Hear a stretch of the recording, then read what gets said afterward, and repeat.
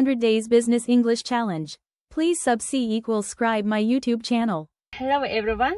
Today is the 12th day of the 100 Day Business English Challenge. The first word is competition. Өрсөлдөө.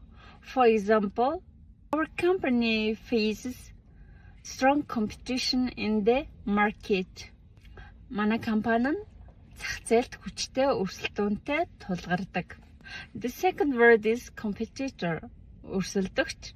For example, we have many competitors in this industry.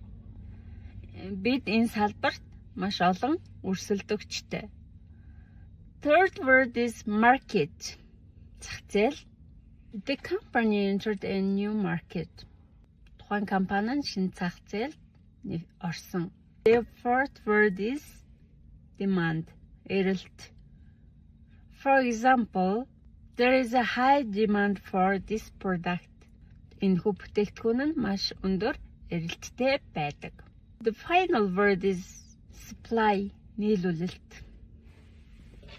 For example, the company increased its supply. Тухайн компани нь нийлүүлэлтээ нэмэгдүүлсэн.